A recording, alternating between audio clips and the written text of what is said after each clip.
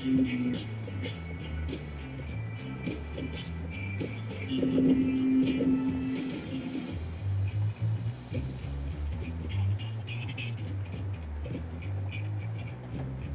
needed a better way to earn my MBA that wouldn't slow me down. So I chose Capella University's FlexPath program and moved forward at exactly the pace I wanted. Whether I finished a course in 2 weeks or 12, once I was done, I could move on without waiting. And I took all the courses I wanted each term for one flat fee. With the FlexPath, I saved time and money and graduated at the speed of a cheat. FlexPath from Capella University. Take control of your education at capella.com.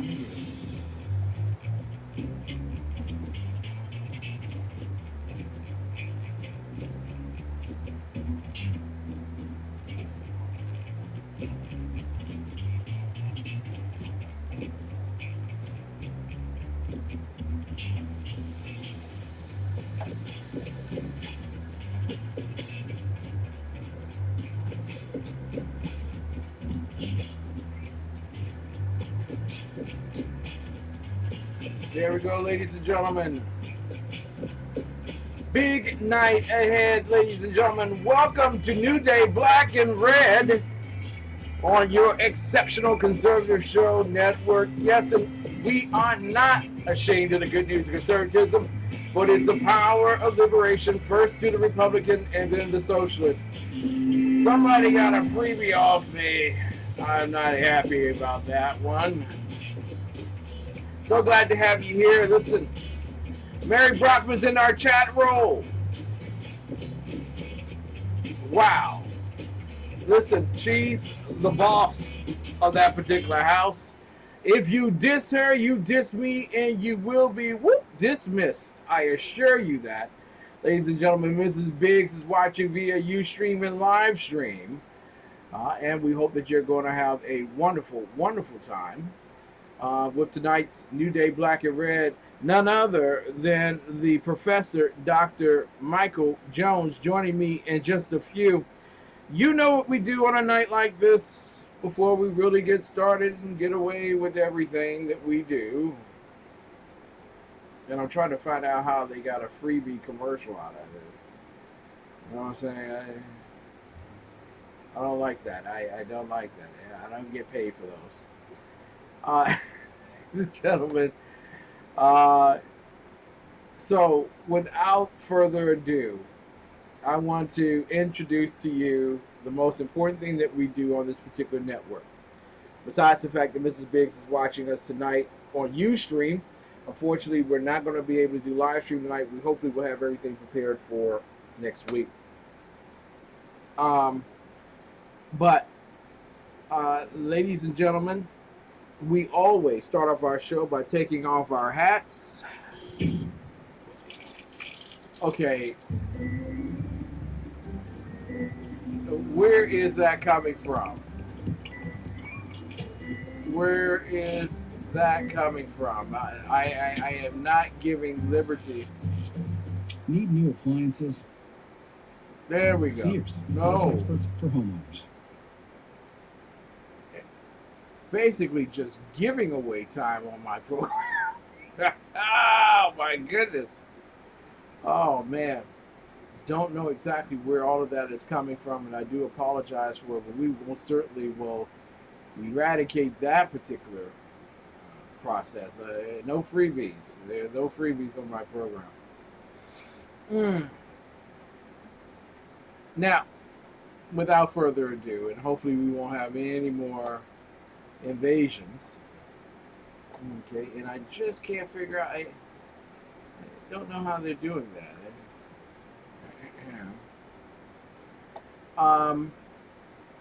We allow the kids to take it away. Ladies and gentlemen, take off your hats, put your hand over your heart, your right hand over your heart. Find a flag, any flag, well, a U.S. flag preferably, and pledge allegiance to the United States of America. Allegiance to the flag of the United States of America and to the republic for which it stands, one nation,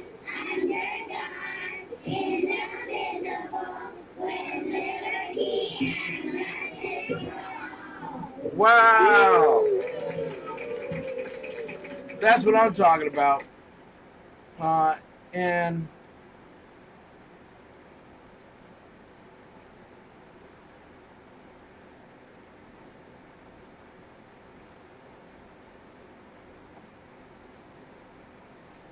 all right, so there we go, ladies and gentlemen. I want to introduce some, present to others a great man, a great soldier,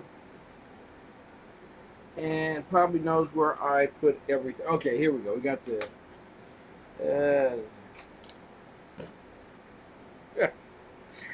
Oh man, Mary, this is clockwork. This is just clockwork the way it works around here. Dr. Michael Jones is joining me tonight. I am so looking forward to him joining me because I really believe that we have a exceptional topic. Yeah, boys and girls, to talk about tonight, and you all need to be open and aware on this particular night. I'm a minute early. Oh my goodness. Oh my goodness, ain't that great?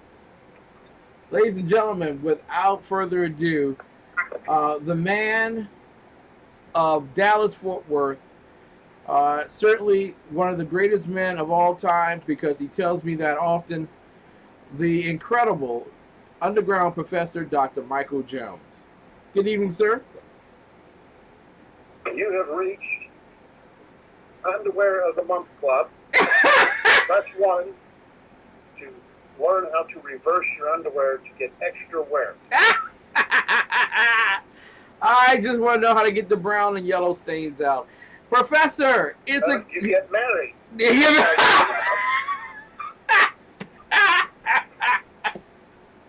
I most certainly did.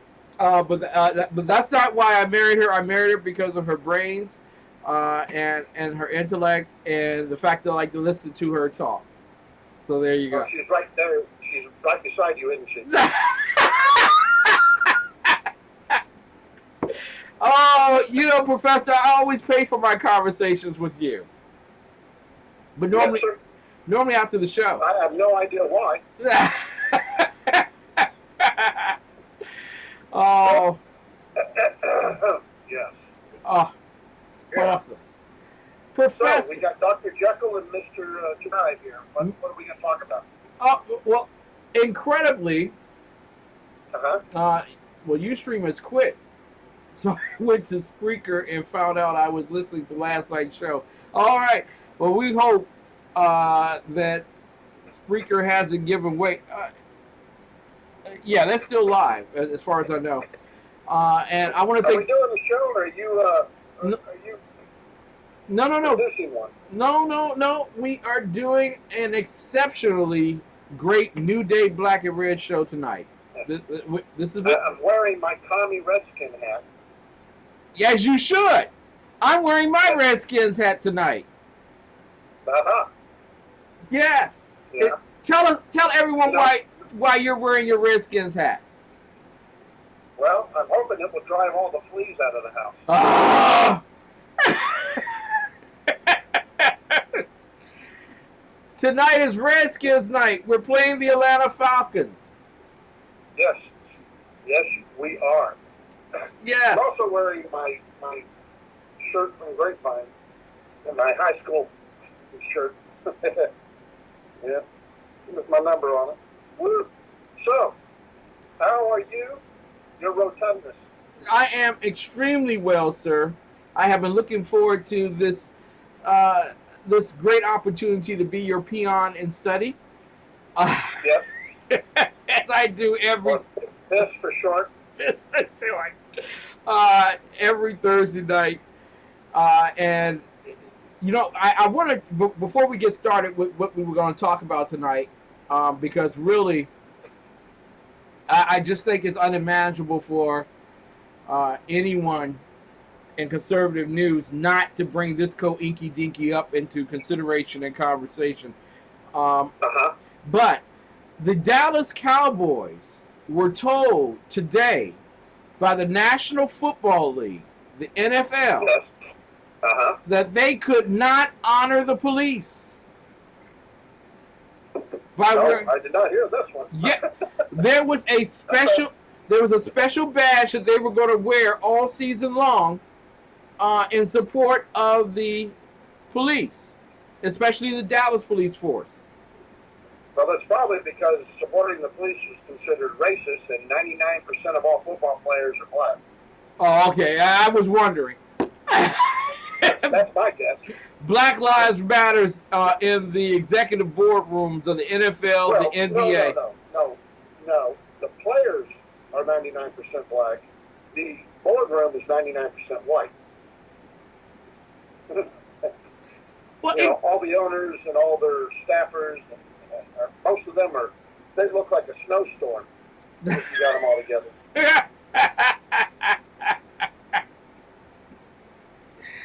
Professor, tonight, Yes, sir. we're going to talk about a few men, and actually a lot of men.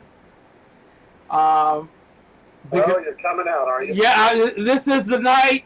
The closet's wide open. No skeletons in that closet. Tonight we're going to talk about Seth Rich, Shawn Lucas, Victor Thorn, John Ashe, and Joe Montano. And the topic for tonight is: have the stakes become too high in American federal politics? Oh, good thing you didn't tell me that's what we were talking about, so I didn't waste time in my first hour doing that. Professor, before we go to a quick break, what were you talking about in your first hour? Oh, heck, I don't know. I never know what I talked about. I talked about those four gentlemen, and I talked about, this is important, and it's a plug. It's a shameless plug, but it's a plug nonetheless. So, starting Sunday, I'm going to take a new approach to teaching, my primers that I do. We're going to talk about the Declaration of Independence and the Constitution, and we are going to, I'm going to start explaining why we have what we have and how it got there. For instance, separation of powers, right? We're going to get into Federalist 51, 48, 10, etc., and talk about that. But I'm going to do something that I don't do too often, and that is, you realize we have a constitutionally federated republic, right? But Yeah. we have a compound republic. And we're going to get into why we have a compound republic and why that is important. Because with the elections coming, we're getting the moronic attacks on separation of powers and on the electoral college, etc. And so we're going to start going into that. And so I strongly recommend that if you want a deeper understanding of all this, to tune into the show on Sunday and future Sundays. And, and find your friends that know everything and bring them to the show too. So you can help correct them, especially the ones who think, this is a bad idea and that we need to change our Constitution. And so we're going to get into the living, breathing aspects of it and its history and whatnot. And so that was something I was just doing as you called. I was finishing up that explanation. But we talked about a whole bunch of things, from the U.S. government now looking for people to grow marijuana so that you can send it to all these schools and universities that are testing marijuana, and we talked about a whole bunch of other things in the news. Mm-hmm. Yes, sir? I think that's awesome. I really do. The fact that you're going back and getting people into the elementary understanding of what our founding fathers intended. Far too many of us take that lightly. And in a depraved time like this, we need to take it more seriously. When we come back from the break. Hey, Ken? Yes, sir. Did you hear last Sunday's show? Last Sunday show? Uh-huh. No, sir. I did not hear last Sunday's show. Okay, you don't want to. Don't listen to it. Why? Now I'm curious. Okay. It's just can, but you don't want. I don't want you to hear it. So, thank you. Let's start commercial. Oh my God! Ladies and gentlemen, you are listening to New Day Black and Red on the Exceptional Conservative Network, home of the Exceptional Conservative Show, New Day Black and Red, and also an American Conservative's exploration of the inspired Word of God. We want to thank so much the professor for allowing us to simulcast together from out of Dallas, Texas, Dallas-Fort Worth, that is, and out of the nation's capital, Washington, D.C. Want to also thank SHR Media out in Sacramento for carrying us. Also, down in Amarillo, Texas, the great High Plains Pundit Media. Thank you so much, Dan the Man Butcher. And Dan, did you, Professor, did you know that today was Dan's birthday? That's right. I wrote him a birthday poem. You I did? put it on his Facebook page. Let me see. It goes like this. Okay. Oh, happy day when Dan was born, long ago on a sunny morn. The world rejoiced and the doctor said, whoops, I dropped Dan on his head. Happy birthday, Dan, and get better. Happy birthday, Dan Butcher. We love you, man. And more importantly, we love more Jane, his wife. And most certainly Don Newen, and also the great Red Nation Rising. Thank you all for carrying us live. Well, forgive me, not live, but at least 2 a.m. On the Red Nation Rising Network. Ladies and gentlemen, we'll be back with more of the best. Dan? Yes, sir. Dan, real quick, I think I have to correct you. You said that the SHR network is carrying us. I think we carry them, but that's just my... That's just Actually, we know where Shawn keeps his wig. So... Yes. That's the one I used for Mandy Sue when she was Mandy Trump. Did you... Shawn came back last night. We want to congratulate Mark the Bloviating Zeppelin for carrying out coverage of Sackheads Radio last Wednesday night. But Shawn was back. He was empowered last night. And the reason was that his actual head now matches his legs. So, good vacation. I heard he went to go get a matching tan with Trump. Size really doesn't matter. Ladies and gentlemen, we'll be right back with more of the best in New Day Black and Red. We will be talking about not only those 5 minutes we mentioned earlier, but a litany of those in the Clinton closet. And the question is, have politics gotten too high risk in America? We'll be right back.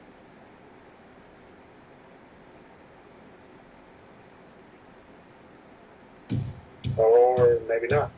There we go. There we are.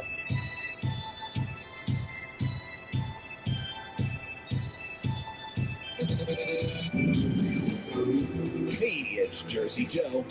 Putting reverb, common sense.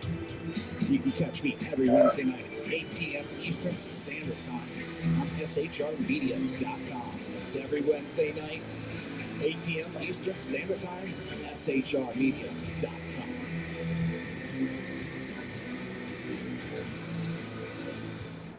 Now, Brownells, we know you may have only one shot to harvest that trophy, so we have thousands of accessories and replacement parts to improve your chances. We know how much you love to shoot, so our gunsmiths articles and videos will help you do more and get more out of your guns. We also value your hard work and money.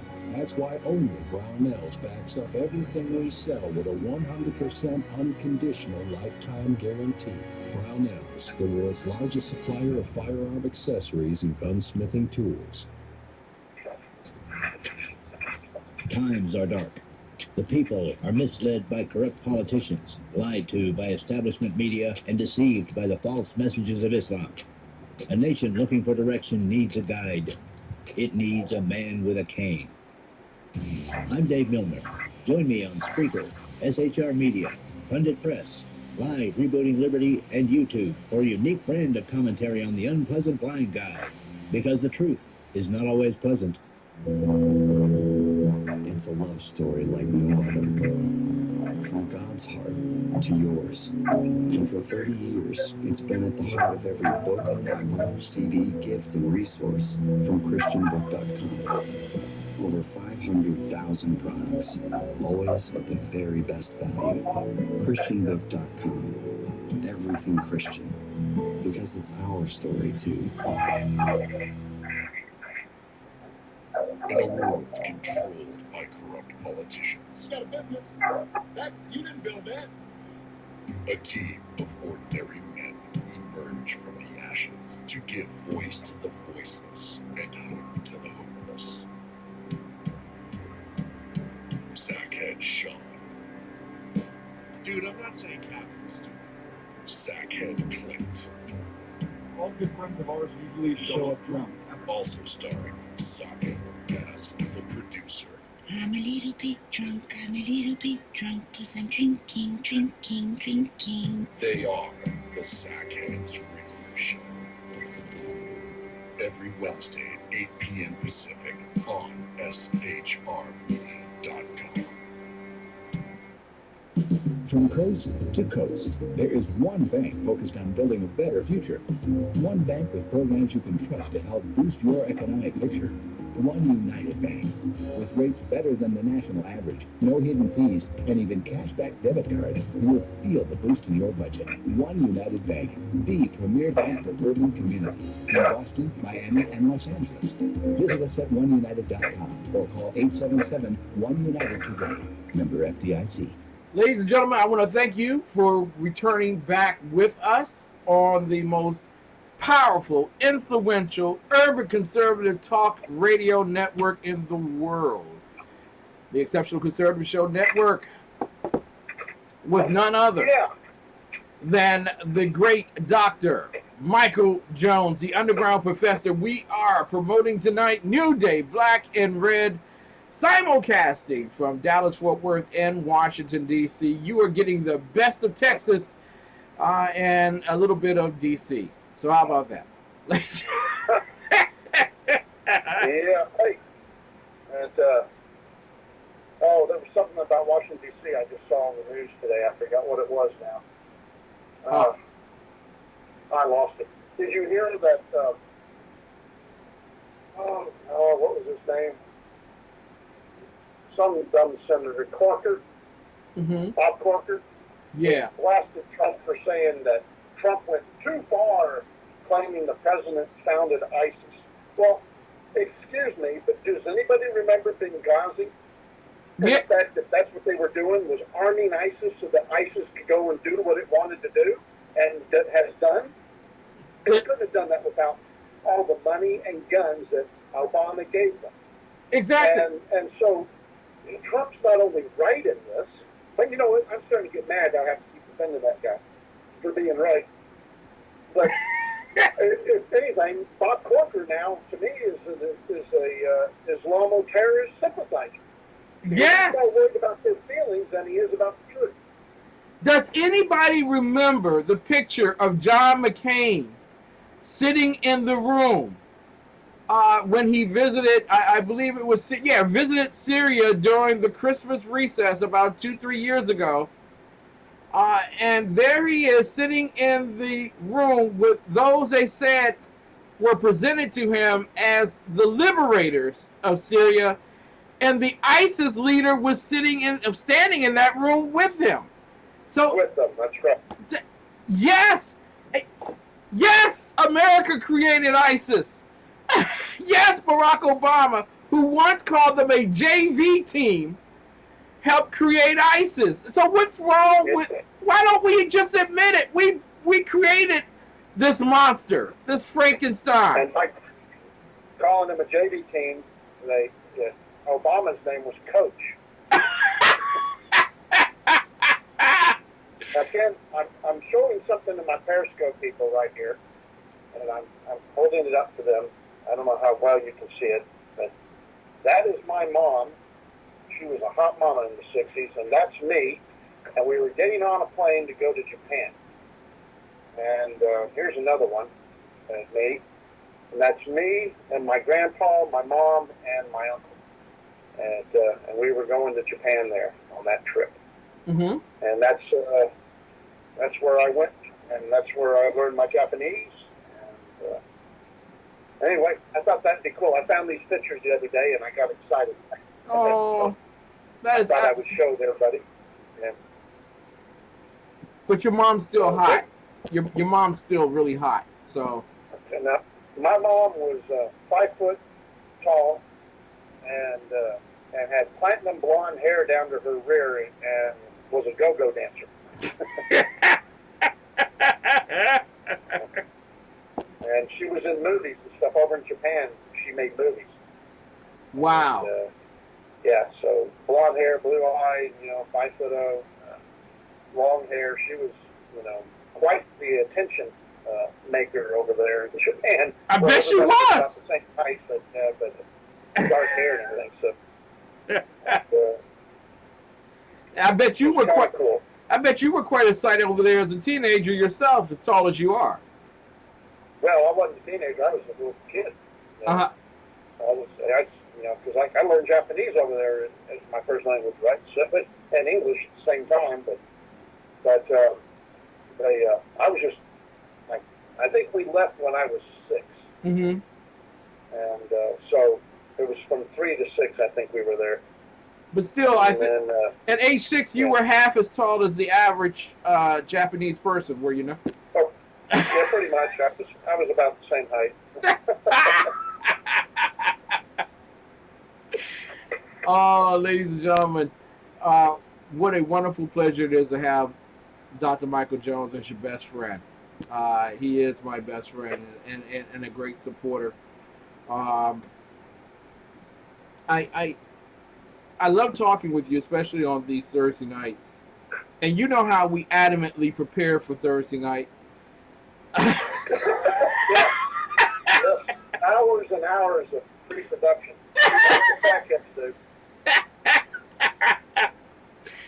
They've got monitors and whiteboards, and people are assigned duties and everything. And I thought, who has time for that? Hey, you French me on camera again. I'm going to nothing. And not you, Ken. I'm talking to Mr. Winston. Then Mr. Winston's, he made it. He made it into the lap. That's all that matters. That's all that matters. He's made the big leagues here. Okay, but okay, there you go. Okay, you can do it. There you go. But yeah, Sackhead Shawn and Clint, they get together and they do several hours of preparation. Yeah, they have dinner and pre-plan everything. Yeah, I mean, and they only do it once a week.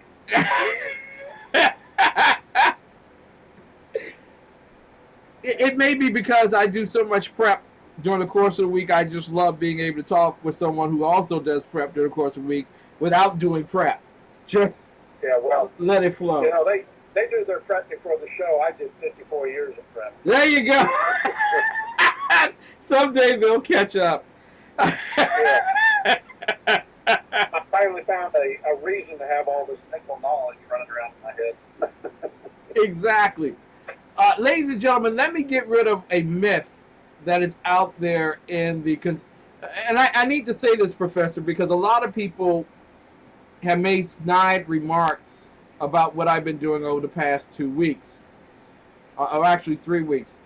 Now, Seth Rich was killed in Washington, D.C. about a month ago.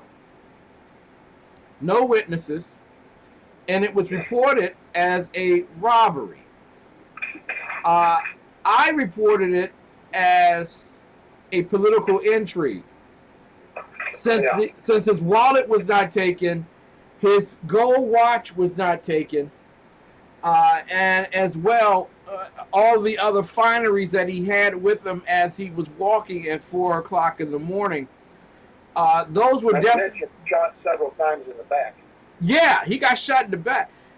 Those are all suicide. Yeah. Go right ahead. No, I said I think it's suicide. Obviously.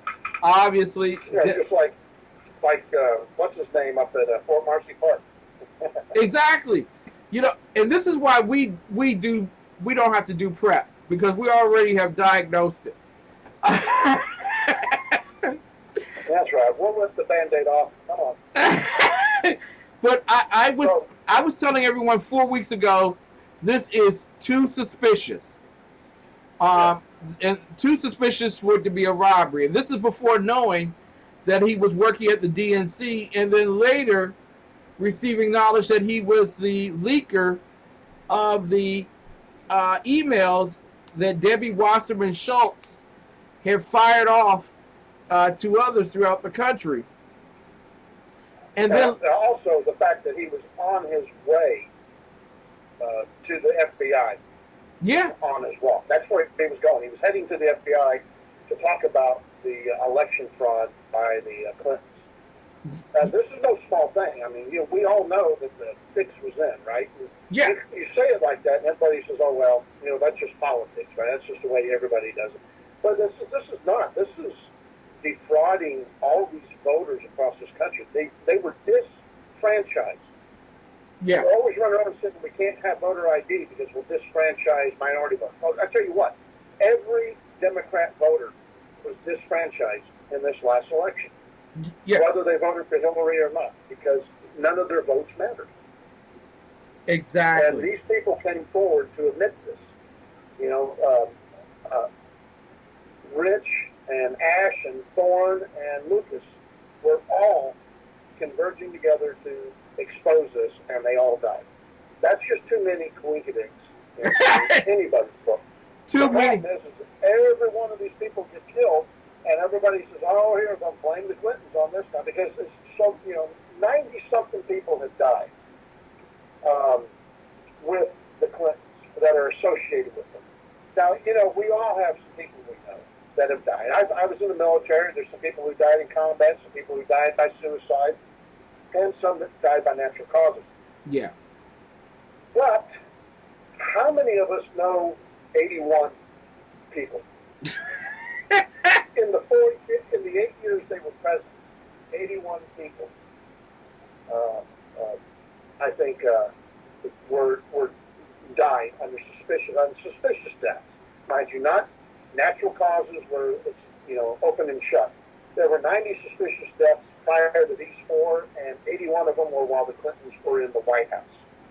Exactly. And I mean, think about it. Ron Brown, his lawyer, and naval operations. And I went to school. I went to school with Ron Brown Jr. Yeah.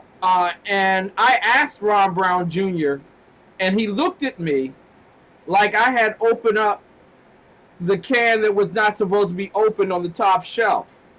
And he never really answered me. And if anybody wants to know, when I was a youngster, I was always into politics. So I thought it was a coincidence that Ron Brown died in that airplane accident. Amazingly. And there was no evidence presented to show why such an occurrence would take place. And in addition to that, you mentioned the 90-some odd individuals who have died suspiciously in relationship to the DNC and the Clintons. But I also, and I've received a great deal of criticism, because 4 weeks ago I said that this is, a conspicuous matter, that you are killing an individual and not robbing them on the streets of DC. It doesn't add up that way in that neighborhood. So everyone's red light should have been flashing at that point. And I was criticized by people in DC for attempting to be a political miscreant, trying to add intrigue to a matter that was merely a robbery attempt. And now we find out 4 weeks later that, yeah, there is political intrigue here. And then last night on a very close, conservative, late night talk show that I love so much, my good friends, who I will not out by naming them Sackhead Shawn and Sackhead Clint. Oh, like you did me? Yeah, I would never out someone like No. that. I'm not that kind of person that would out someone like Sackhead Shawn and Sackhead Clint. And I will not mention Mark the Bloviating Zeppelin because he was not involved when I heard this. No. Uh, but I would never tell anyone who made the remarks. But that maybe we should not go down this road of showing the whistleblower's letter regarding Hillary Clinton's health from the doctor's office, showing that she is suffering from dementia or early signs of dementia. Have you seen all the pictures that are out there of them holding her up while she's talking? Exactly. Exactly. Stairs? Yeah. Exactly. It's like But she's got Parkinson's disease or something. she has something. Her health ain't right. No. But we're told as conservatives that if we mention Seth Rich or if we talk about her health, we're doing an injustice to Donald Trump because he has to win this race legitimately. And that's not why we are in business. That's not why Dr. Jones or myself are in business. We're not hyperbolic. We're not trying to create ratings, but we're presenting the truth. Something ain't right with that woman. And it ain't because of Huma Abedin. No, I'll tell you, our job is not to get Trump elected. That's his job. Yes. All I care about is the truth. Whether it's good or bad for Trump or good or bad for Hillary, I don't care. I want the truth. And the rest of it, can fall as it is. It's Trump's job to win or lose. And I'll say that to everybody who says that if you say these things about Trump, then you're just helping Hillary win. No, it's Trump that's doing this, not me. All I'm doing is reporting it and commenting on it. And the same thing with, like the people who are never Trump. They are not going to be the reason Trump loses. Yeah. Okay? So if you don't want to vote for Trump, don't vote for Trump. I'm okay with that. The fact is that if Trump can't convince you to vote for him, he doesn't deserve your vote. That's his job. And he's not doing a very good job of that, evidently, because there is a lot of people that are moving over to Johnson and looking at him, or that woman, what's her name, Celia or something like that. Mm-hmm. So I can't remember her name, Jennifer something. What is it? No, it doesn't matter. Yeah, doesn't matter. But, her. Yeah. The thing is it was Romney's job to win, and he didn't do it. It was McCain's job to win, and he didn't do it. And quite honestly, both should have won easily if they had actually been conservative and actually held, some core convictions other than power. And, and Hillary, though Hillary runs on the fact that she is about power and wealth, and so yeah, she's got a strong following because of that. Yeah, she does. And the Tsarina, and I think this is a wonderful joke, the Tsarina, my bouncer, Mary Brockman, who we do esteem and love, makes a joke in the chat room at Broadcast Central. She says, when you apply for a life insurance policy, there's now a question on the form asking if you're acquainted with Hillary Clinton. So... Yeah, it probably changes your insurance rates, doesn't it? Yes, it does. Your rates go straight through the roof after that one. But, Professor, I before we get into talking about Seth Rich and Sean Lucas and Victor Thorn and John Ashe and Joe Montano and so many others, I want you to explain to people why Hillary Rodham Clinton not signing the security clearance forms at the State Department is so vital. Well, I think she realized it was an exercise in futility, that she would never qualify for these clearances because it requires a lot of personal information. The 398 checks are what we called that back when I was in the Air Force, and they asked a lot of personal information, and she probably got tired of the fact that she had to lie so much on this paper, and to lie on it is one thing, you won't get a clearance, but second, it's a federal offense. And so she was committing crimes by lying on these papers, so she quit doing them completely to avoid that. You know, so at least she's not going to have to worry about the papers being brought up and exposed for the lies and stuff that are on it. And so I think she's just expecting that she's Hillary Clinton and she's going to be anointed and she'll get her clearance no matter what. Because you can't deny the President of the United States clearance, whether she fills out the papers or not. Wow. That's my opinion. Wow. So we would like to believe that she's incompetent and a bad paper pusher. But the truth of the matter is she's a lawyer, or once a lawyer, and she's... Can't be now. They lost her license. for suborning perjury. Exactly. So virtually, she's a woman who understands that her job is to protect herself first and foremost, while ascertaining as much power and influence and access as she possibly can. Yeah. Well, sure. That's what she does. And I don't want to let this go without saying, while it's Trump's job to win and to convince us to vote for him, I also hold the belief that as of the way things are today, a vote for anybody besides Trump is tantamount to helping Hillary win. Like voting for Johnson. But things could change. There could be some cataclysmic after you don't like Hillary said. It's a long way to November, and people could drop dead. As she pointed out, like Bobby Kennedy and others, and and something could change. The Libertarian Party could make a strong move, I also think that there's a huge paradigm shift going on right now, and that the same people that always vote Democrat may not. The same people who always vote Republican may not. And there's going to be crossover voting on both sides. And, for one thing, I don't believe any polling data right now out there about who's going to win what, because it is there's too many things that are going to be new.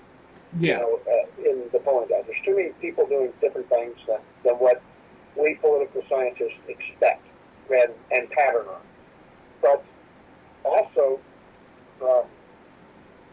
I think that there's also, like I exposed last week, that all this polling data was coming out about how Hillary is beating Trump now, that it was all false. I was looking at their scoping methods, and I didn't believe any of it.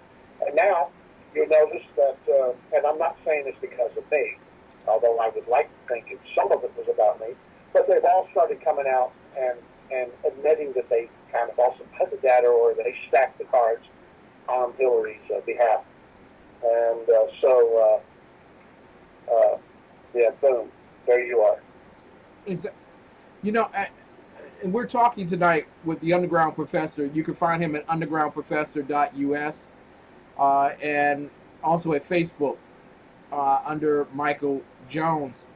And he is someone that I truly love so much that I would out him publicly, because that's the kind of friend I am. And I certainly wouldn't out Sackhead Shawn and Sackhead Clint for comments that they made on their program, because I really love their program. I think it's the best late night program in America. I know the friends show up drunk. I'm sorry? Are we going to run the commercial, or is there a point to this? No, there's a point to this, Professor. There really is. No, there's a point to this. But I really believe that we're asking the American public on the Republican side to be blind to reality, because we don't want reality to be the thing that defeats us in November. And we're expecting the Democrats to continue fighting their good fight, and then we surrender in November to them, because Hillary Clinton is just Hillary Clinton, and she's going to win anyway. She deserves it. Yeah. But, we're being asked to vote for a Democrat in the Republican Party or a communist in the Democrat Party. And it's not It's not a fair choice for the public to have to make. It's a lose-lose situation. There's no nobody for the lesser evil here. It's actually a lose-lose for the American people. But you know what I want? I want to come back here a year from now and tell everybody that I blew it, that I got it wrong, that Trump's a great president, he's doing what he said, and the country's great again. And this will be a huge announcement by the professor. It would be. It would be very huge. And of course... And speaking of huge, you know, we're not talking about just me. My stunt double, the Orviating Zeppelin, also would have to help. Ladies and gentlemen, we're trying to work out arrangements to get together for the inauguration. And we're going to work things through in terms of that. Because having outed Sackhead Shawn and Sackhead Clint, telling me in a no uncertain way that we should not point to the fact that a whistleblower in Hillary Clinton's doctor's office revealed that she is suffering from early onset of dementia, and that her concussion may have contributed to her lack of memory, in the sense of short circuiting. Yeah. Do you remember they didn't want Reagan to be president because he took naps? Yes. But he literally survived an assassination attempt, and I must give kudos to Hillary Rodham Clinton. She survived Donald Trump's assassination attempt by words, just as she did in Bosnia. Took those bullets from the helicopter while she was deplaning. Yeah. Wow. Well, she's a warrior. And this is why we need to abolish the Second Amendment, because people like Trump are trying to assassinate everybody. Is that the most ridiculous thing this week? That's another thing we talked about on my show earlier, now that you mention it. But, you know, you would think Trump, with all the construction sites and union people, would have bodies and cement everywhere, you know, but no, we don't have any stories like that, but you do with Hillary. So I'm more afraid of her than I am Trump when it comes to assassinations. You know, actually, Hillary is a junior Stalin. If the news isn't... Yeah. Well, she's at the 10% mark, isn't she? Yeah. Wow. Good night, Ralph Chillums. Thanks for joining us. Some people... Chillums? Yeah, Chillums. We're going to send him a Republican form, too, to become a Texas Republican. Yeah. Down here also. Definitely. Definitely. Because you got to have more than one black Republican in Texas. Well, since I'm coaching the only black Republican up in Washington, D.C. that's conservative besides Ralph, I figured you guys might as well come down and get that stuff. Exactly. Yeah. Because that's where all the white women are at. And we might as well repopulate the earth. I thought I mentioned there are rules when you move down to Texas. Oh!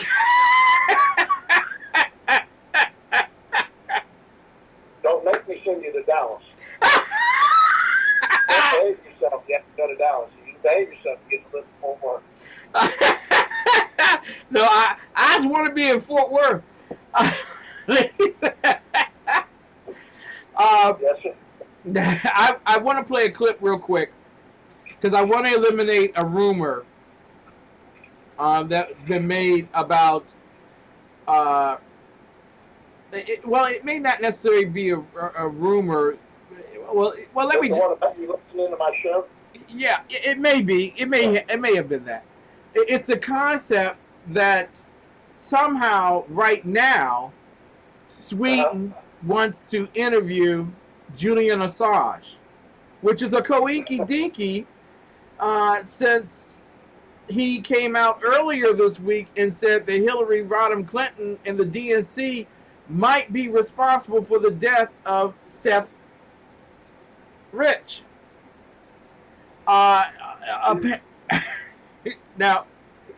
I want to put this together for you all. You said it without saying it. Yeah, he said it without saying it, but I want to make this clear to you, first and foremost, that Julian Assange was scheduled to be questioned by Sweden last year. Let me give you a update in terms of that right there. Yep. Here's a clip. Julian. Yep.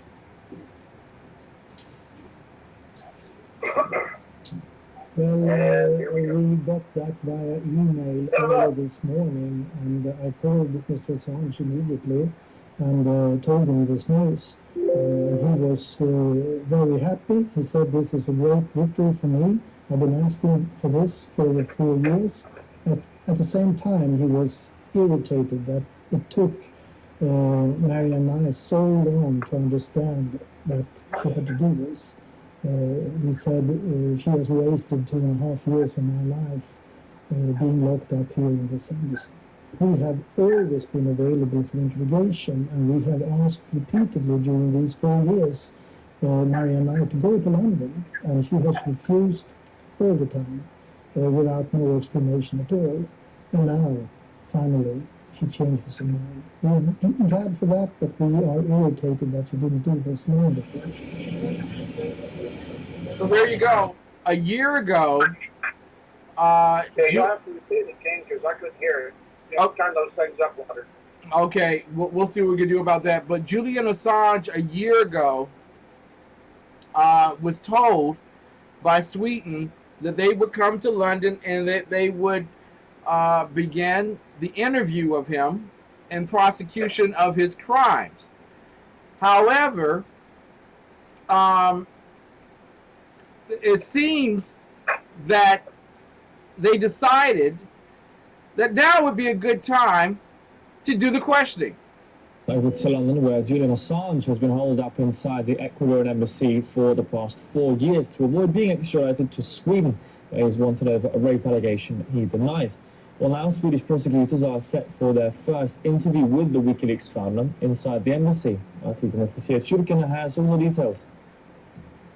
Finally, it looks like Swedish prosecutors will be coming here to question him, which could be a step forward in moving along these legal proceedings against him. Now, we have to keep in mind, of course, that the mainstream media headlines seem to be suggesting that this is something that Ecuador has been delaying, because now they're saying Ecuador allows, Ecuador to let, Ecuador permits the Swedish officials to come. But in fact, Ecuadorian officials have been saying for years that they're more than happy to see Swedish prosecutors to come here and talk to Julian Assange about these allegations, which of course Swedish officials have denied and refused up until recently. Now, the reason for this is that they have been expecting potentially, of course, Julian Assange to eventually step foot outside the doors of the Ecuadorian embassy, be arrested by UK officials, be extradited to Sweden. Julian Assange himself, of course, has been saying that he is not going to step foot anywhere because he believes that if he is sent to Sweden, he's going to be snatched up by the United States and persecuted for the work of whistleblower website WikiLeaks, which, of course, as we've just heard, is a huge deal in the United States. And, of course, that's why the U.S. is interested in Assange rather than these rape-related allegations. And all of this kept in mind, we have to remember that just this winter, the United Nations Working Group on Arbitrary Detention found that Julian Assange is being arbitrarily detained. They said he needs to be released and compensated for the violation of his rights. Now, this decision was not legally binding, so the United Kingdom and Sweden just ignored these findings of the UN Working Group. So there you go. Julian Assange is fearful now because of his release of the DNC emails, of the assertion that was made earlier this week that Seth Rich was the leaker and was killed by the DNC and Hillary Clinton for releasing this particular information. Yes. That he may now be deported to the U.S. through Sweden and be prosecuted and prosecuted for his crimes against the United States of America. In addition to that, the October surprise would be forfeited. Your comments, your thoughts, sir? Well, as usual, no one cares where the material comes from when it's attacking a Republican, but when it comes and attacks a Democrat or exposes them, then it's all about the fact that it should never have leaked, that's an act of war, and Russia's doing this, or Assange is doing that. Quite honestly, I think that I would not have any problem with it, Snowden and Assange being prosecuted, but on the other hand, it doesn't take away from the fact that these people are doing these things, and they should be held accountable too. In America, if the police get evidence and they do so in a unconstitutional or illegal way, then that evidence is thrown out by our judges, and I hate that. I hate that policy. They do it to make sure that the police will do their investigations and stuff on the up and up. Now, I believe Britain has a better philosophy on this, and what they do is if a policeman, a bobby or whatever, collects evidence, and sergeant, those guys, if they collect evidence in an illegal way, the evidence is still used in court against you, but then, after all that's over, then the policeman goes through a trial for violating your rights or breaking the law and collection of evidence, and he goes through his own trial and punishment. So they separate them. It's an illegal act, but you got the evidence. So the bad guy still goes away, and now you get your punishment. And I like that philosophy a lot better. Yeah. And over here, we got that mentality. So it's like, if we can prove that Assange is a bad guy because he's doing this illegally, then it doesn't matter that he's exposed Hillary and the Democrat National Committee creating election fraud, disfranchising people, and voter fraud and whatnot. Exactly. Now I begin to understand why they don't want voter ID. Exactly.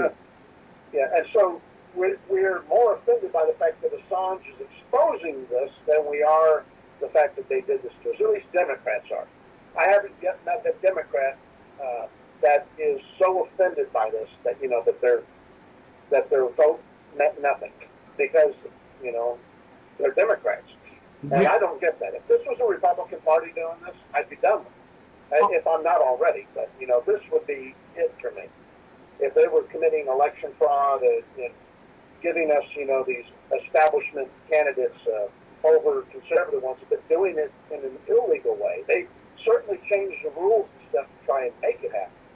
But they've done it at least up, above board with, floor fights and whatnot.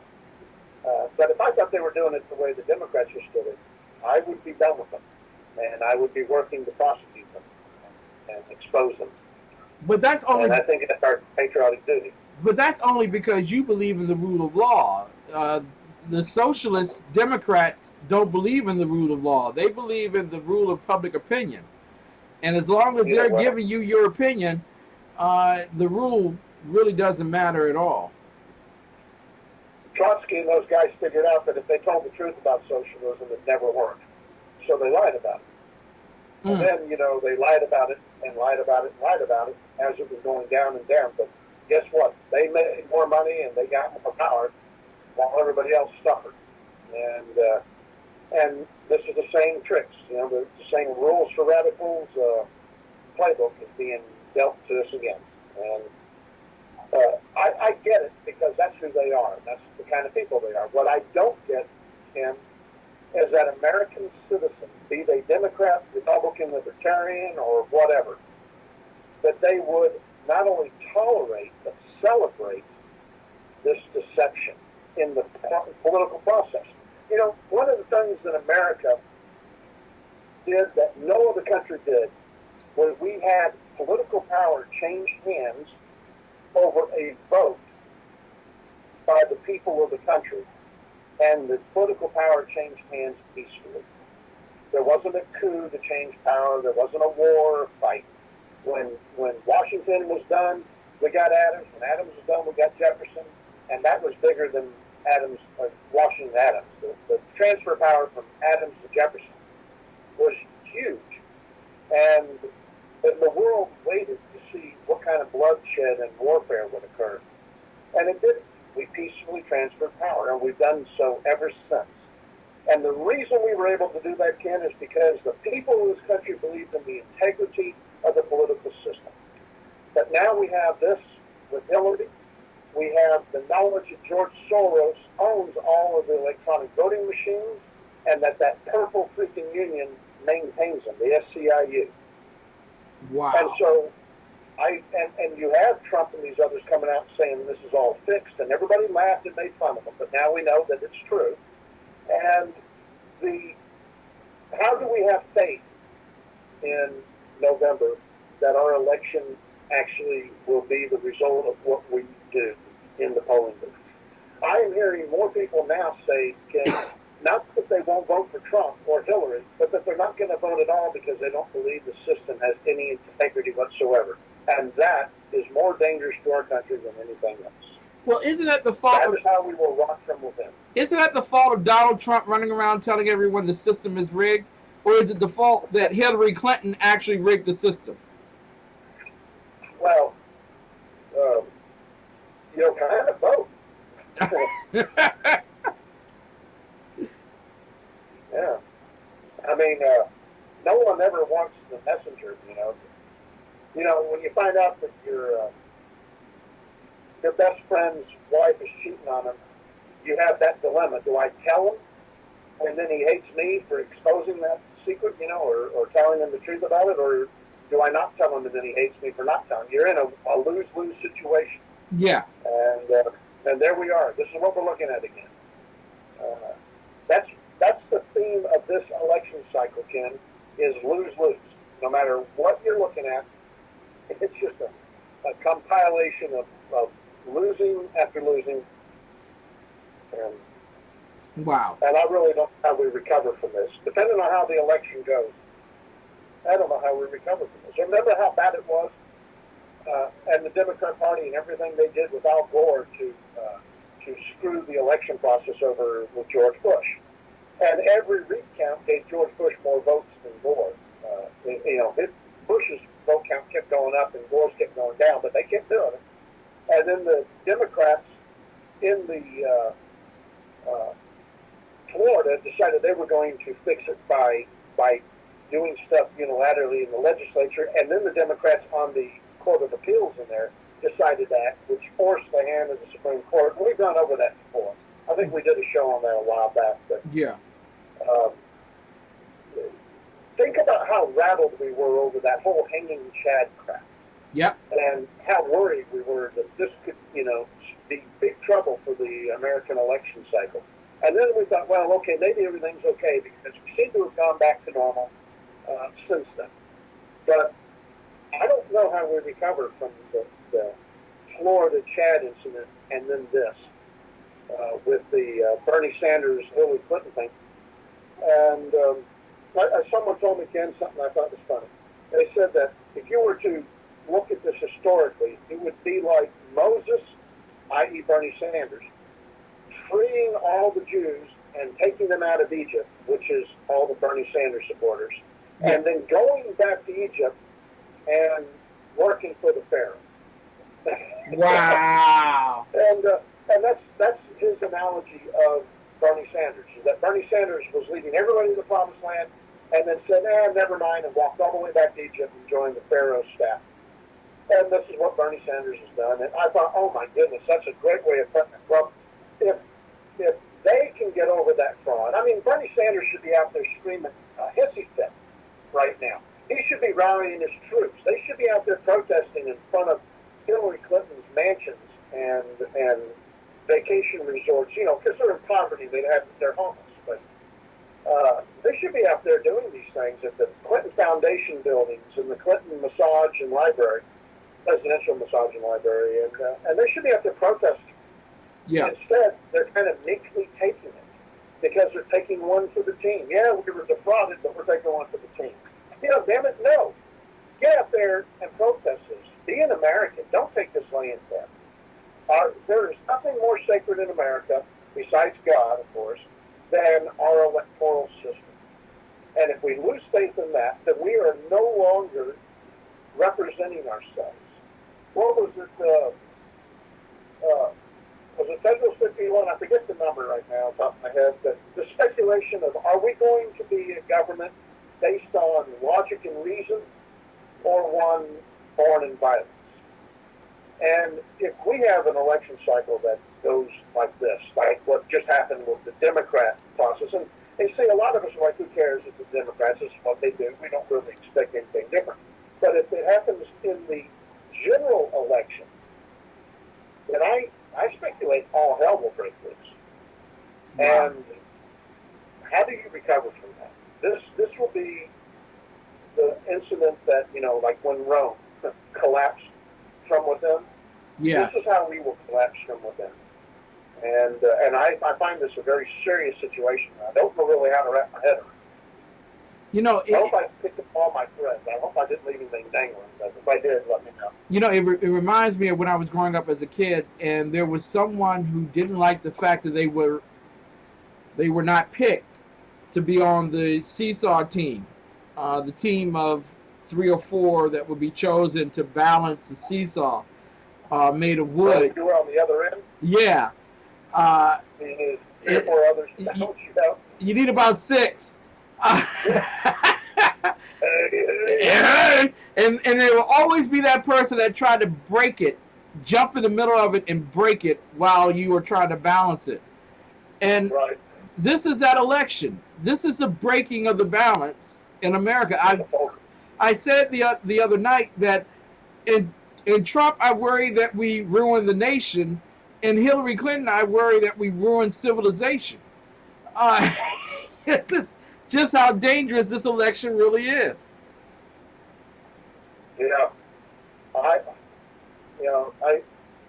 swore I wasn't going to say this, but I'm going to go ahead and say it. Trump's looking better to me. I'm thinking of him as a better choice to deal with when we have to pick up all the pieces. I'm thinking it would be easier to pick up the pieces with Trump. Yeah. But I still think we'll be picking up pieces. I think so as well. Ladies and gentlemen, you're listening to the Underground Professor, Dr. Michael Jones, undergroundprofessor.us. When we come back from the break, we're going to get into the closet and the bodies that have been left behind by the Clintons and why political intrigue is a threat to the Republic. Stay tuned. We'll be right back, ladies and gentlemen, with more of the best and New Day Black and Red with your host, the Underground Professor, and co-host, the exceptional one, live from Washington, D.C. and Fort Worth, Texas. We'll be right back. My name is Christopher Arnold. I'm an executive chef of a Fuse restaurant, and today I'm going to walk you through some of the meals that we prepare here. Oh, good. The restaurant I couldn't go to.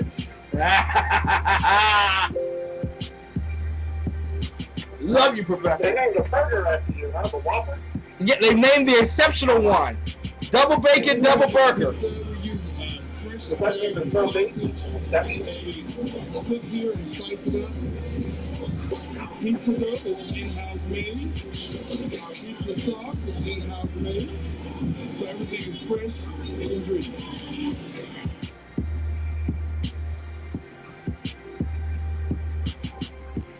This is our Thai curry chicken. The sauce is made with coconut milk and a Thai red curry. It is juicy chicken thighs as well as some mixed vegetables. Served with jasmine rice and pita bread. So now we're going to prepare our famous blackened tilapia and grits, our fish and grits on the menu.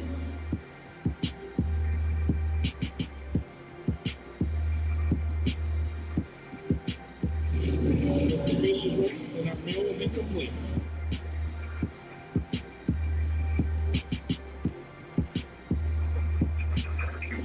Let me tell you about our infused beef burger.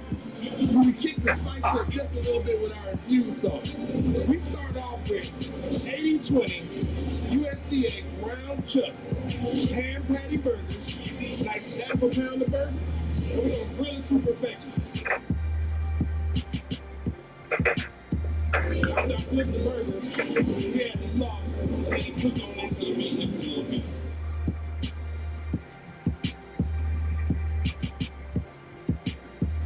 We're going to add a little bit of pepper jack cheese to this burger, spice it up a bit.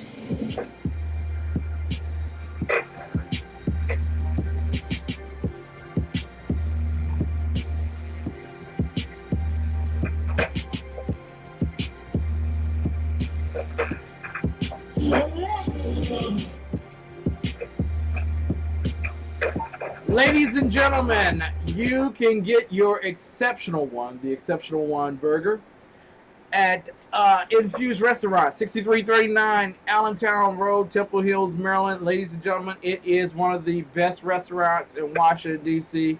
to eat at, especially when you want to take your best friend out to have a very good time. You want to take him to Infused Restaurant, 6339 Allentown Road.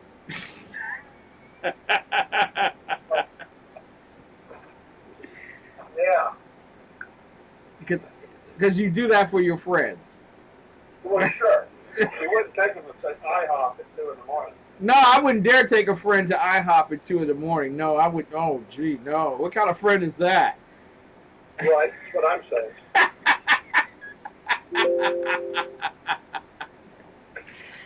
Ladies and gentlemen, there seems to be a hit parade in America.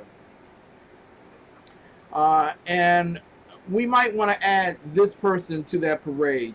I want to play this clip for everyone. Hopefully everyone can hear it.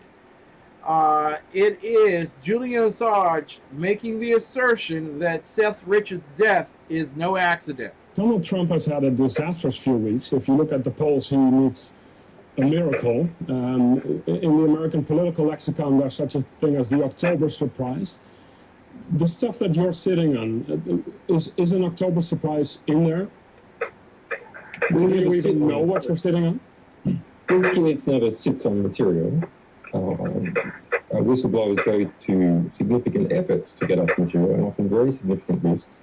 There's a 27-year-old who works for the DNC who was shot in the back, murdered just 2 weeks ago for unknown reasons as he was walking down the street in Washington.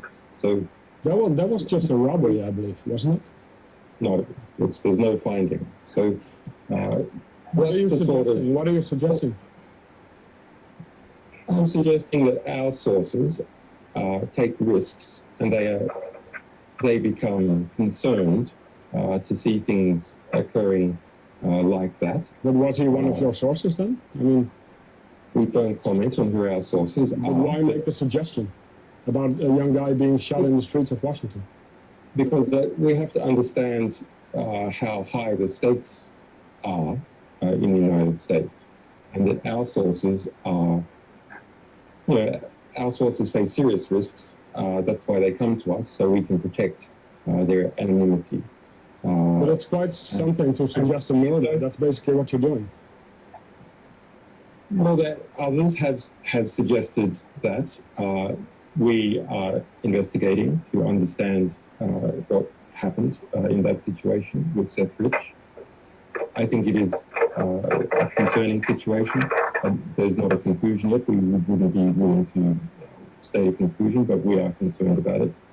And more importantly, a variety of WikiLeaks sources are concerned when that kind of thing happens. There we are, ladies and gentlemen, concerned over the fact that such a thing would possibly happen. Is it a co-inky-dinky, Professor, that Seth Rich met his end on the way to the FBI? What are the odds, How many movies have you ever watched, Ken? And they say, well, I'll meet you at 2 in the morning and we'll do this. I don't want to do it over the phone because it's too dangerous. And you're thinking, say it now. Has this guy not watched any movies? That's all I have to say is there's always coincidences when it comes to this stuff. Easy, Osa. And it's the intrigue. Your question you asked earlier was, is there's too much at stake to to be involved politically now. And by that I assume you're asking, is it too dangerous to be involved? Yeah. In these times. Well, yes, but it always has been. But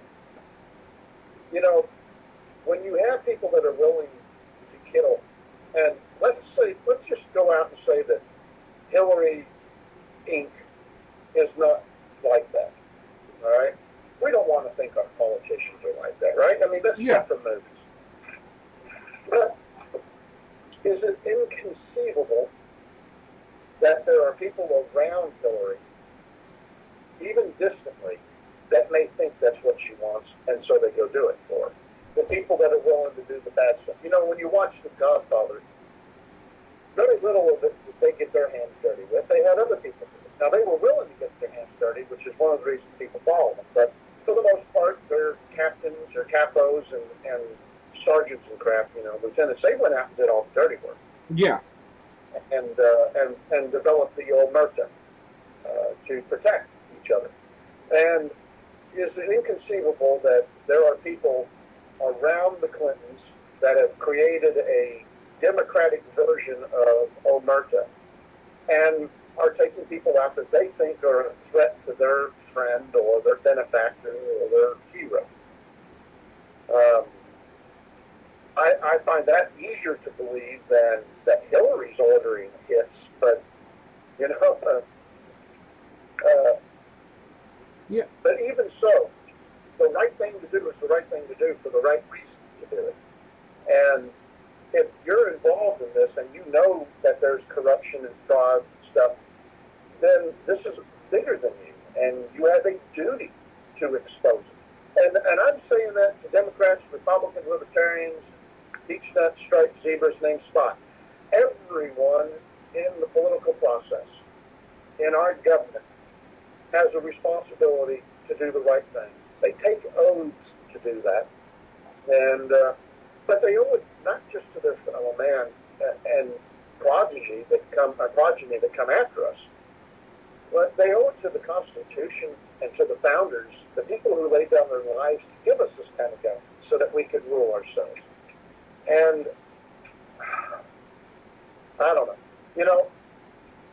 I had people tell me, well, it's easy for me because I see things in black and white. Well, I don't always.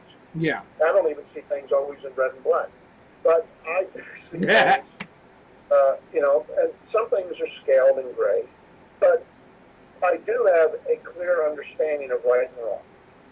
I do have a clear understanding and acknowledge that good and evil exists. Both good and evil exists. So much of the poem. Go ahead. I wanted to raise this with you because every time there's a mass shooting, the first thing that people want to find out is if the Tea Party person or the Republican or the gun clinger, the Second Amendment people did it. Right. Can one's faith and political philosophy be so itinerant that it opens them to doing things that they would not ordinarily do in order to make certain that things happen the way they want it to? Say that again, Ken. I missed a word. Are people willing to do, for the sake of political philosophy, whatever is necessary to make certain that they win in the end? The ends justify the means. There you go. Really know the costs. So yeah, I'm saying yes, that's exactly what we've got right now. And so when people hear this, Professor, when people hear that, the first thing they heard was good people don't get involved in politics or in political conversations or changing the republic for the sake of being smeared by those on the left or the right. Now, I don't want to get involved in politics because that's the quickest way to get buried 6 feet. Is this the message? It goes before that, Ken. How many good people don't run for office because they don't want the anal exam? And I think Rush used to say this. He may still do it, but he used to say that the media anal exam was so intrusive against Republicans that who in their right mind And so it gets quality people out of the race. And so we're left with those people who really don't care and what gets drug up. So it begins with that process. And now we've upped the ante to where it could be your life if you're on the wrong political party and stuff. And this is a slope that we go down. This doesn't get better, it gets worse as time progresses. And more people are willing to justify the means to the ends. You know, what's the purpose of the Constitution? The purpose of the Constitution is to seek justice. Yeah. Now, you may have never heard it put in those terms, but the Constitution, the end result is justice. Nothing more, nothing less. And we have subverted that document. We have perverted that document. And yet we stand back and we're surprised that justice is now fleeting and just a distant memory. And that, you know, we're going down the path. Have you ever read the book, Rise and Fall of the Roman Empire? Yes. It's a huge set of books. Yes. Well, that's what we're at here. We're at the decline of the American Empire after only 240, 60 years, whatever it was. We're at that stage now where we're rotting from within. Exactly. We've spent all of our money, and now, you know, what do we have left? You know, and it's not a coincidence that it was about the 300-year mark, 350, somewhere around that time period, that the Roman Empire began to decay from the inside when individuals moved away from the Republic to a monarch and then later a Caesar, and that the common people were given a redistribution of the wealth of the state, while the very wealthy were taxed and penalized for their success. And in addition to that, the Caesars created political intrigue so that they would always remain without an enemy or a threatened leader from the old republic. They got rid of all the people that were their challengers. You know? Yes. They killed people that would be good and could challenge them. So I'm looking at 4 mysterious deaths here. The 5th one is a heart attack. That's Joe Montano. A coinky dinky, of course, that happened just recently. But Democrat staffer Seth Rich, 27 years old, was shot twice in the back on his way to meet with the FBI to discuss election fraud on July 10th, 2016, a few days before the Democrat National Convention. UN official John Ashe, who was the president of the General Assembly, so you know he knew everything that was going on at the UN, died suspiciously the day before he was set to testify as a top official against the DNC and Hillary Clinton on June 22nd, 2016. Victor Thorn, author of the books exposing the Clintons, was found dead. Yeah, he was found dead of a gunshot wound on a mountaintop near his home on August 1st, 2016. And then just recently, Shawn Lucas, the lead attorney in the anti-Clinton DNC fraud case and a Bernie Sanders supporter, was found dead at home on August 4th, 2016. Coincidences? I think not. Could it be Satan? Could it be Satan? And to answer that, no, my wife's not involved in this. Okay, good. All right. I was worried about her return. But and then the 5th one with the heart attack recently. And when you look at the Clinton body bags, which is what everyone refers to it as, the number of people who have died, who knew the Clintons or were involved. There was one in the Clinton body bag that draws the greatest attention of all of them. Do you remember who he was? Vince Foster? There we go. Thank you. Why does Vince Foster matter? No. Vince Foster's not white. He doesn't matter. Okay, I'm so sorry. I apologize. You're trying to trick me. I was going with the All Lives Matters group. I apologize. Obvious mistake. Thank you for bringing it out. Racist bastard. Why? He's another one of those guys who committed suicide, yet his wounds probably could not have been inflicted personally, and he was facing downhill, but his blood defied gravity and went uphill. Go figure. So his blood was like the Nile. Yeah. You know, I'm with the group of people who doesn't want to believe it, but there comes a point in time where you've got to start thinking, you know, maybe there's something to this, and we need to be careful. I don't know. Hold on a second, I gotta get rid of something here. How did this happen? Ladies and gentlemen, you're listening to us on the Exceptional Conservative Show Network, SHR Live, High Plains Pundit Media Live. You're listening to the Underground Professor, Dr. Michael Jones at undergroundprofessor.us, also at Facebook, Michael Jones. You're also listening to the Exceptional One, the Peon in Study, the Exceptional One himself. And we're also being replayed later on this evening on the great Red Nation Rising Network. Professor, you know... What is that? Red Nation Rising. Wonderful network. We're on the... Indians? They're close. They're close. But we can't say Indians because that's racist. So we have to say Native... We have to say Native American or someone from New Delhi. We can't say Indian. Red dot or feather?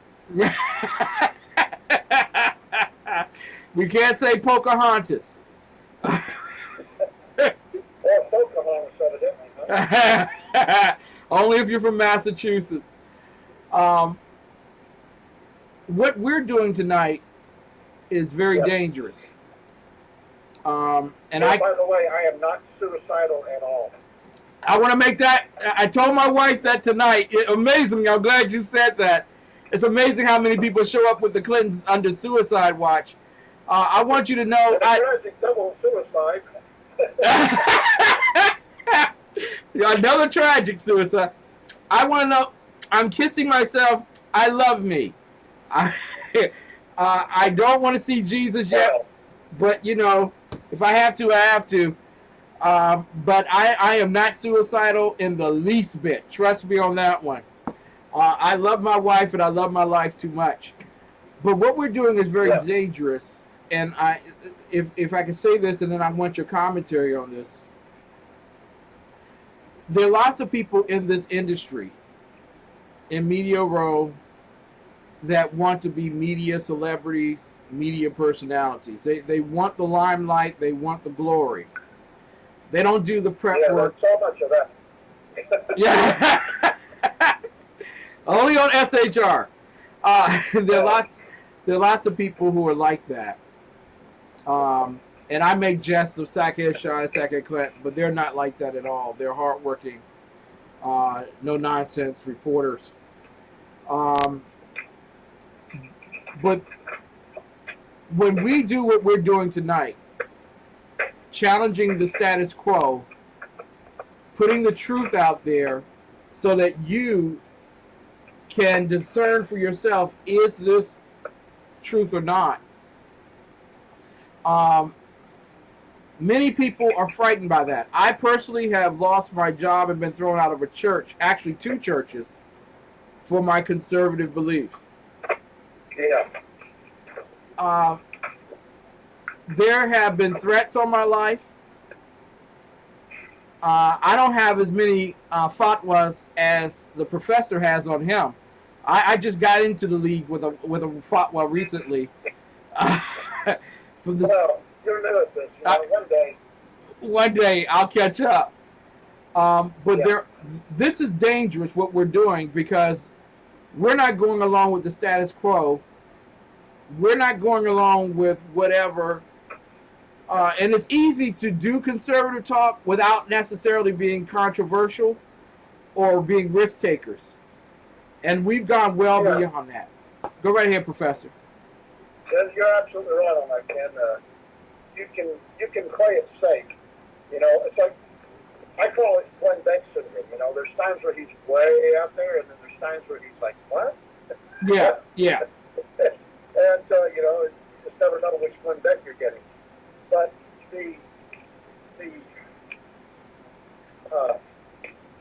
it's not so much that I care which story, you know, that we're, like, say, Hillary. I don't care so much that they're killing people or they're not. What bothers me is that there are a lot of people who won't even look at it or consider it. We don't know if it's true or not. But what we're doing is we're putting out there for people to think. This is what our shows do. We don't teach you what to think. We teach you to think about stuff. We give you information to ponder and draw your own conclusions. And that comes with its own set of dangers in a country like this. You know, and you know, and we don't just have to worry about it from the left. When you've got people like Trump coming out here saying that he wants to change the First Amendment and the ability to, you know, have free speech, you know, that comes with a danger.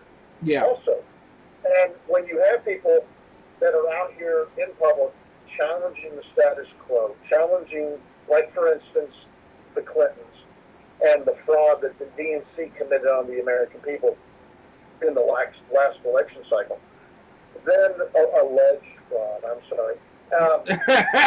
Then, you know, and they end up starting to die. 1, okay. 4, and they were all going to testify against the DNC fraud. You know, my dad taught me that when there's smoke, there's usually fire. And if you see, you know, 1 or 2, 1 you can dismiss, 2 you stop believing in coincidences. 3, 4 more, then you know there's something going on. My question isn't, is there something going on? It's why aren't there more people out there demanding to know about it?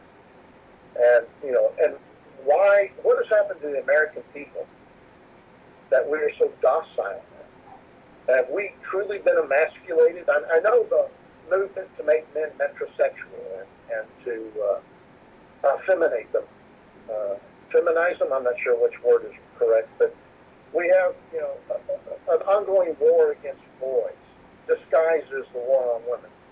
And we have the results. And the results are, where are the men? Where are the people out there that aren't going to take this anymore and get angry? Where are the Eddie Childs? Remember Eddie Childs? I'm angry as hell and I ain't going to take it anymore. Exactly. Another text.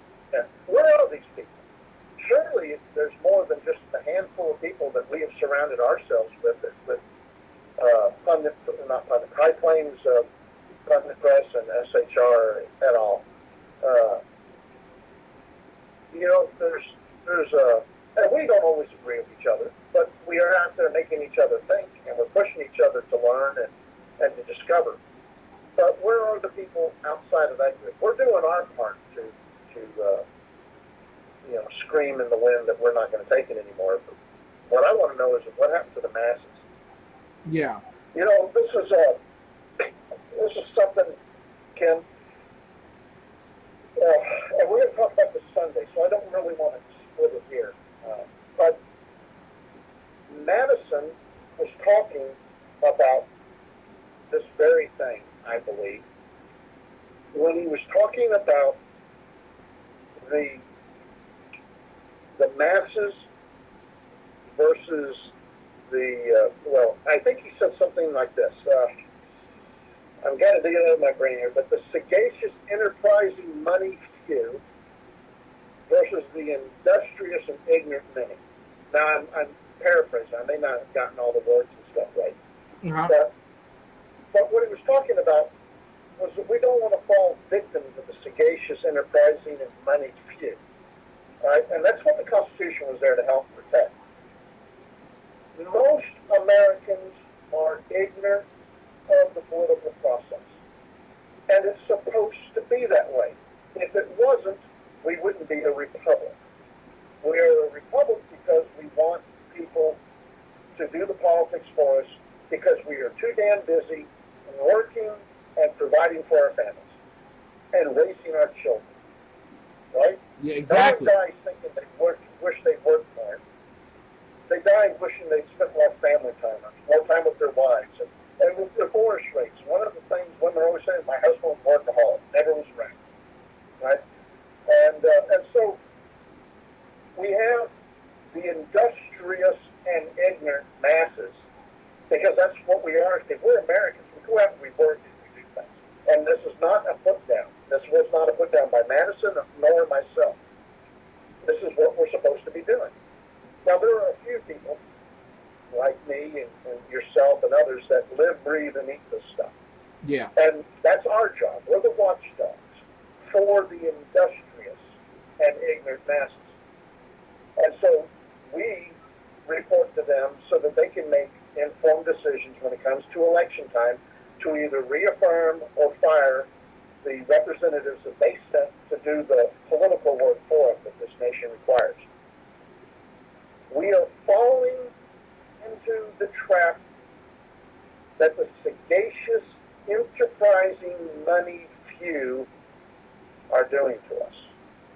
The millionaires and billionaires, the Soroses and Kochs, the Clintons and the Bushes. We are falling into that. And it is time we wake up. It is time we pay attention.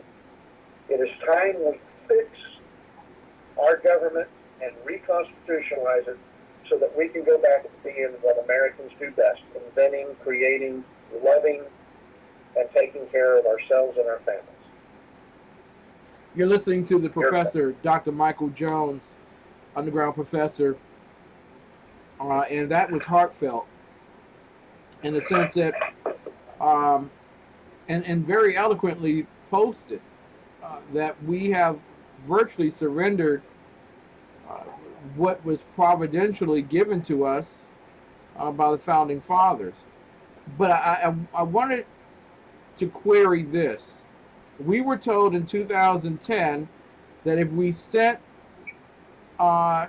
patriots to Washington, that things would change, and we got Allen West. And then we were told in 2012 that if we sent patriots to Washington, then things would change.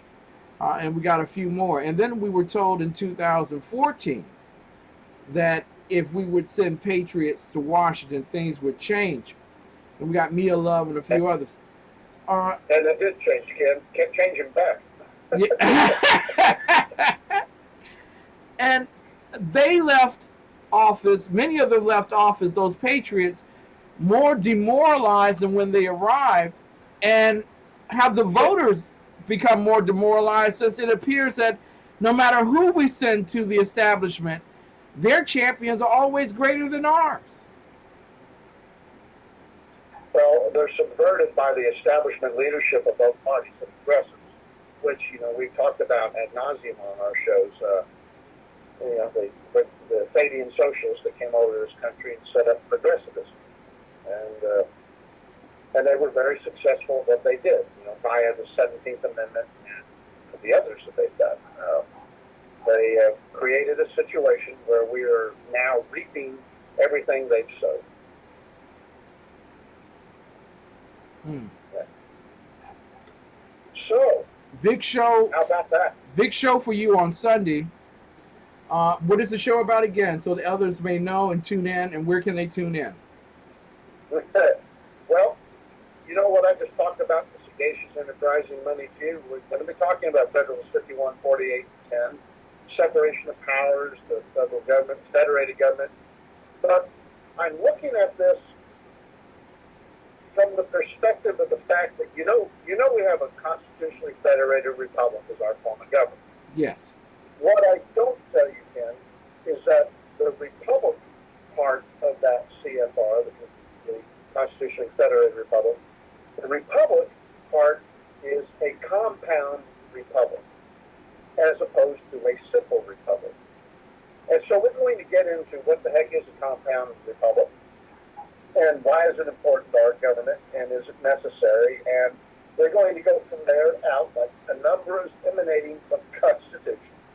And we will be looking at the Declaration of Independence and other things that our founders set up, and how our government was created, and why all these things are important, relevant, and applicable today.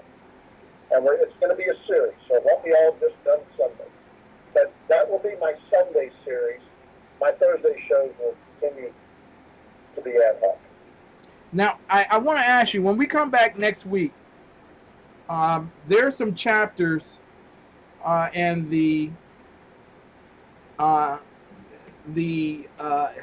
oh my goodness, it was just there on my head and now it's gone. Oh my God. Yeah, that never happens to me. You don't take the pills, I do. Well, I get taller when I take them. The anti-federalist papers. Yes. Okay.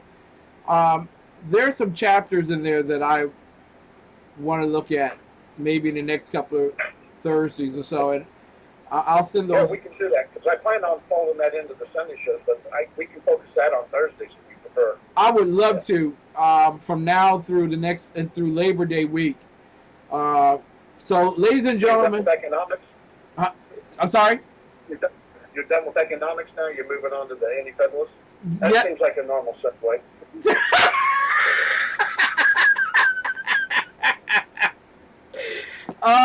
You got me read well. Yeah, I want to deal with the anti-federalists. I want to deal with those who saw government as an infringement, no matter how politely it was or elegantly presented to men. And if it were not for the anti-federalists, we may not have had the Bill of Rights.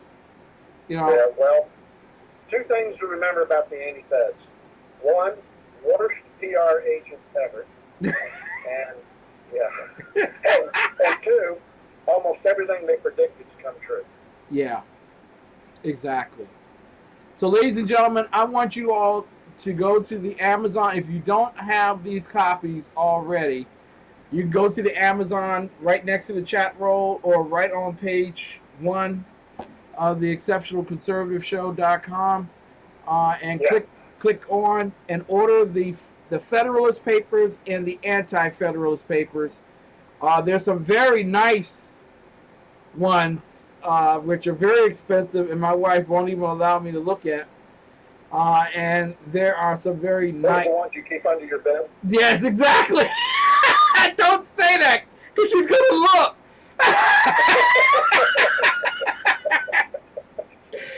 Oh, man, those are nice, expensive leather ones. Oh, man, I love to get those in. I would love to get them both in leather. Because that's just the kind of guy I am. Yes, that's the kind of guy I am. But go to the Amazon, order the Federalist Papers and the Anti-Federalist Papers. We're going to be reviewing the Anti-Federalist Papers from next Thursday to the end of the month, ladies and gentlemen. So get your Anti-Federalist Papers together, start reading them. I'm going to throw out some chapters during the course of the week on the Facebook page, so that you'll know exactly. And for those of you who say, I don't have Facebook, all you need to do is scroll down on the Broadcast Central page, and you'll be able to see the Facebook page of the Exceptional Conservative Show.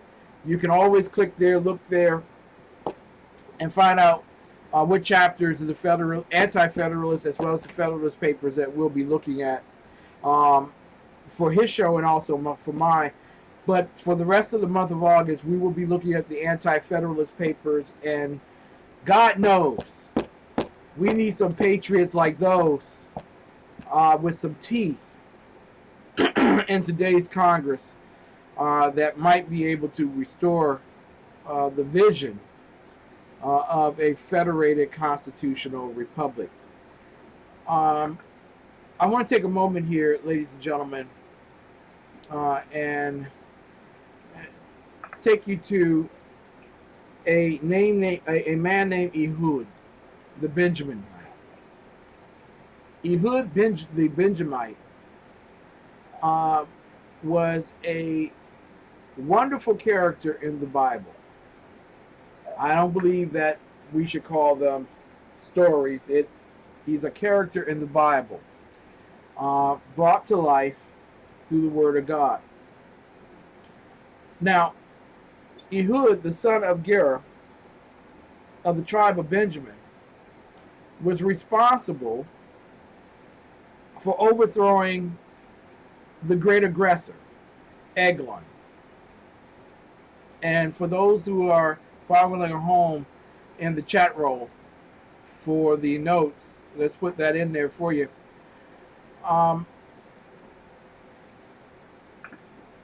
Eglon was an oppressor. He was the king of the Amorabites. Forgive me, not the Amalekites, but the Moabites. And he received, get it right. I know, and he received a lot of help from the Amalekites and the Ammonites. And he crossed into Jordan, and from there, he built himself a palace, and through tyranny, oppressed the children of Israel. And the children of Israel were responsible for paying tribute to him. Now, as I take you to Judges chapter 3, verse 12, and you all know that I love going there in the Blue Letter Bible, I want to take you to a point where the people of Israel had had enough. I don't believe America is there yet. Let me just say that. Apparently, we have learned, as Franklin had told us, that once we realize that we could vote ourselves money, there goes the republic. I believe that we are at that station. But there was a point in the liberty pursuits of the children of Israel that they had enough oppression, internally as well as externally.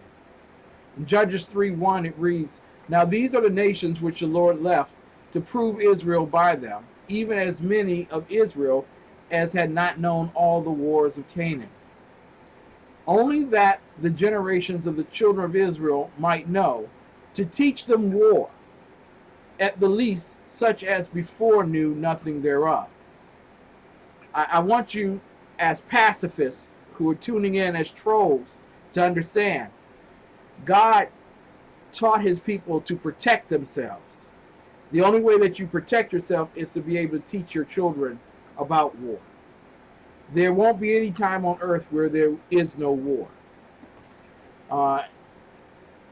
Namely, 5 lords of the Philistines, and all the Canaanites, and the Sidonians, and the Hivites that dwelt in Mount Lebanon, from Mount Balaam unto the entering in of Hamath. And they were to prove Israel by them, to know whether they would hearken unto the commandments of the Lord, which he commanded their fathers by the hand of Moses. Judges 3:5. And the children of Israel dwelt among the Canaanites, the Hittites, the Amorites, the Perizzites, the Hivites, and the Jebusites. No, not the Jeb Bushes, the Jebusites. Judges 3:6. And they took their... Judges 3:6. And they took their daughters to be their wives, and gave their daughters to their sons, and served their gods. Idolatry comes in when we give up our principles and turn our children over to those that might indoctrinate them in cultish behavior, i.e. your public school. Judges 3:7. And the children of Israel did evil in the sight of the Lord, and forgot the Lord their God, and served Balaam in the groves. Judges 3:8. Therefore the anger of the Lord was hot against Israel, and he sold them into the hand of Shadarithia. Check that word out when you get home. king of Mesopotamia. And the children of Israel served that guy for 8 years. Judges, in fact, let me do this real quick so that people get an idea of what I do on Sunday mornings, okay? When I don't know something, here we go. Wait a minute. I think you don't go to church anymore on Sundays, so I don't know if I want to know what you do on Sundays. Clause H, 3573. Kushan Rish Athayim. There you go. Kushan Rish Athayim. There you go. That guy. Second entry. Rish Athayim. So more than Rish Athayim. more than likely he was Indian. What But did you call the Indian help desk on how to read the Bible? yes, I do. Yes, I do. Thank you very much for calling on how to read your Bible. Get the latest edition. It's available online. Judges 3:11. And the land had rest for 40 years, and Othniel, the son of Kenaz, died. Judges 3:12. And the children of Israel did evil again in the sight of the Lord. And the Lord strengthened Eglon, the king of Moab, against Israel, because they had done evil in the sight of the Lord. And he gathered unto him the children of Ammon and Amalek, and went and smote Israel, and possessed the city of palm trees, in Judah, of course. So the children of Israel served Eglon, the king of Moab, for 18 years. How many years have we had presidents that believed in socialism or Marxism in this country? But when the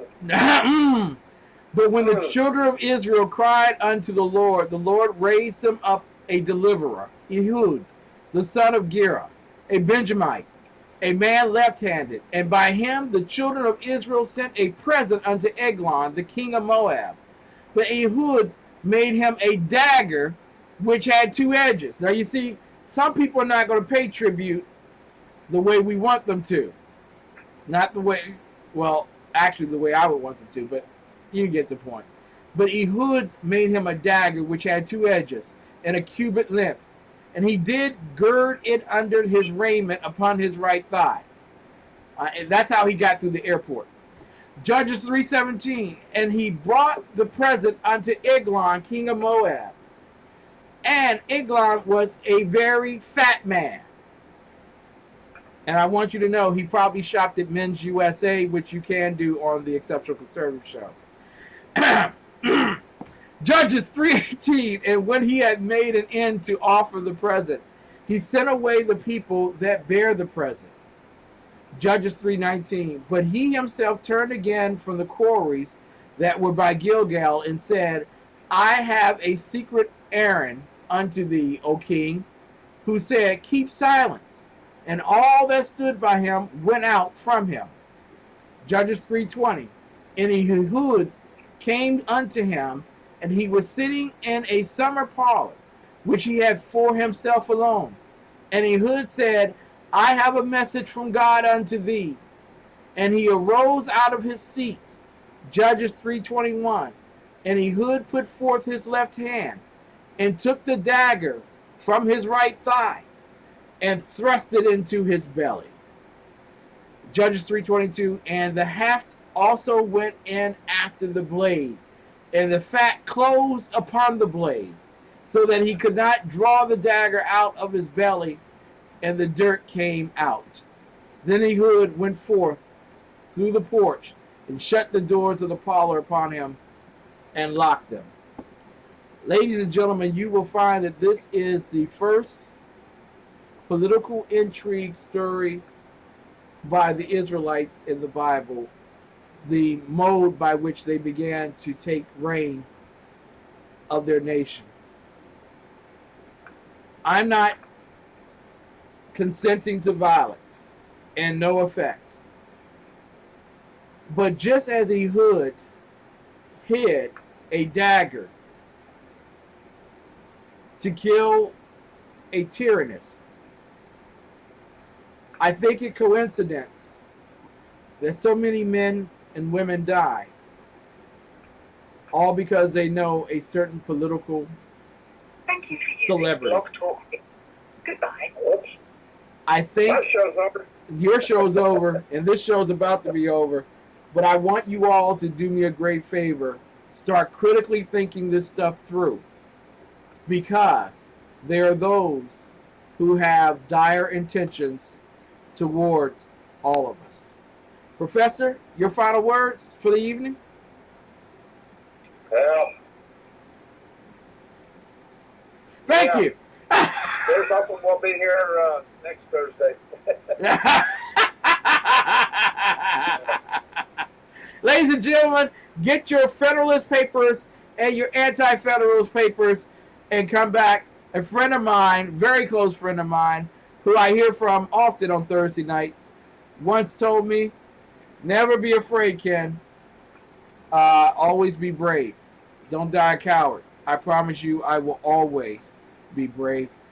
I want to also let you all know that God has blessed America. It's time now for America to bless God. Good night. Amen. And God bless. We will see you next Thursday night on New Day Black and Red.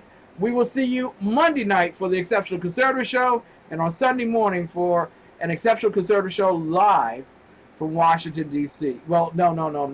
You do that Sundays now live? No. An American Conservatives Exploration of the Inspired Word of God on Sunday mornings at 7 a.m. I was thinking about your show live, The Underground Professor, with Dr. Michael Jones later in the evening. God bless you. We will see you next week. God bless Texas. Good night, everybody. Good night. Good night. I've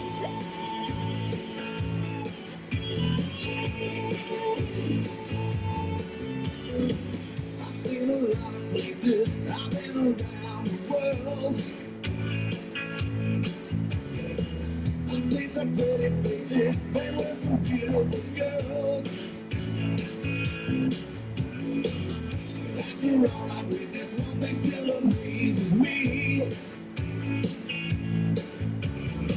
Just like a miracle, you have to see to believe. God bless Texas.